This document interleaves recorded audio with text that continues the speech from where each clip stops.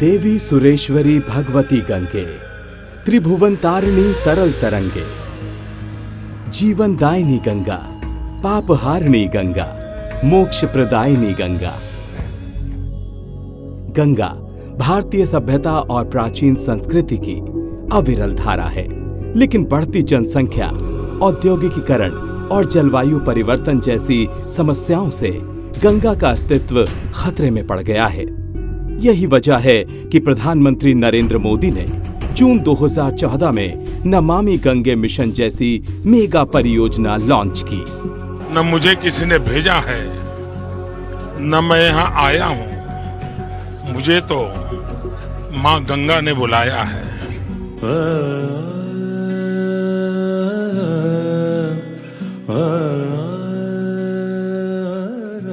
जब संकल्प दृढ़ हो और इरादे नेक हो तो चमत्कार भी होते हैं। देखना हो तो रुक कीजिए उत्तर प्रदेश के कासगंज जिले का।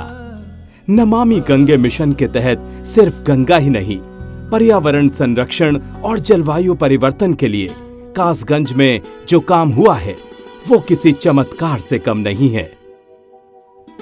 गोस्वामी तुलसीदास की जन्मस्थली कासगंज में तीर्थ नगरी सौरों पौराणिक विरासत है। प्रधानमंत्री नरेंद्र मोदी जी का दृढ़ संकल्प और उत्तर प्रदेश के मुख्यमंत्री योगी आदित्यनाथ जी के नेतृत्व की प्रेरणा से जिलाधिकारी कासगंज श्री चंद्र प्रकाश सिंह ने गंगा नदी के पूरे इलाके के पर्यावरण और वहां की परिस्थितियों को ध्यान में रखते हुए एक सस्टेनेबल डेवलपमेंट का कार्यक्रम तैयार किया। शुरुआत हुई गंगा के किनारे फैले अतिक्रमण हटाने से और उसके आसपास बसे 34 गांव में जन जागरण अभियान चलाने से। घर घर कूड़ा इकट्ठा करने की व्यवस्था की गई। विद्यालयों में सौंदर्यीकरण करवाकर छात्रों को गंगा को साफ रखने के लिए प्रेरित किया और गंगा आरती के लिए गांव में चबूतरों का निर्माण कराया। गंगा किनारे बसे 34 ग्राम में लगभग 1700 हेक्टेयर से अधिक भूमि पर 2500 से अधिक किसानों के 85 समूहों को प्रशिक्षित करके जैविक खेती कराई जा रही है। गंगा किनारे चरने वाले 2100 गौवंश के लिए 14 गौशाला बनवाई। इसी संकल्प को आगे बढ़ाते हुए कीटनाशकों से पर्यावरण प्रदूषण को रोकने तथा गौ आधारित जैविक खेती की मुहिम चलाई है, जिनमें जैविक खाद और वर्मी कंपोस्ट बनाकर जैविक खेती के लिए काम में लाया जा रहा है। फिर शुरू हुआ नदी का सुरक्षा तंत्र विकसित करने का काम। उत्तर प्रदेश की राज्यपाल श्रीमती आनंदीबेन पटेल ने शुरुआत की गंगा वन की।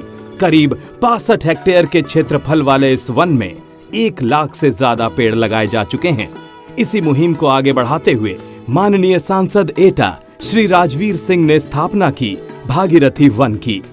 298 हेक्टेयर में फैले भागीरथी वन में विभिन्न प्रजातियों के 3.5 लाख से ज्यादा पेड़ लगाए जा चुके हैं। इरादा इस इलाके को बायोडायवर्सिटी हॉटस्पॉट और वाइल्ड लाइफ सेंचुरी में विकसित करने का है। जड़ी बूटियों का विशेष वन क्षेत्र विकसित किया जा रहा है, जिससे आयुर्वेद को बढ़ावा मिलेगा तथा पर्यटन के जरिए गांव के लोगों को रोजगार मिलेगा। कासगंज के जिलाधिकारी ने बीड़ा उठाया दशकों से लगभग विलुप्त हो चुकी 50 किलोमीटर तक फैली बूढ़ी गंगा को पुनर्जीवित करने का। मनरेगा के तहत इस मिशन में 1.5 लाख से ज्यादा लोगों को रोजगार मिला। इसके अलावा दरियावगंज झील जो लगभग 210 एकड़ में फैली हुई है, इस इलाके को गोखुर आर्द्र भूमि भी कहते हैं। बड़े पैमाने पर वृक्षारोपण की वजह से अब यहाँ फिर से विदेशी पक्षी आने लगे हैं। ऐसे 250 छोटे बड़े तालाबों में कुल मिलाकर 250 हेक्टेयर क्षेत्रफल में अब मछली पालन कराया जा रहा है। यहाँ 5000 से ज्यादा लोगों को रोजगार मिलने से ग्रामीण अर्थव्यवस्था को मजबूती मिली है। इसका सुखद परिणाम यह है कि जो इलाका अपराध के लिए माना जाता था, अब पूरी तरह अपराध मुक्त हो चुका है। जिलाधिकारी चंद्र प्रकाश सिंह की सोच और दृढ़ संकल्प का नतीजा आज सामने है। कासगंज जिला प्रशासन ने नमामि गंगे मिशन को आधार बनाकर न सिर्फ पूरे जिले का कायाकल्प कर दिया है, बल्कि सस्टेनेबल डेवलपमेंट का बेहतरीन उदाहरण बन चुका है।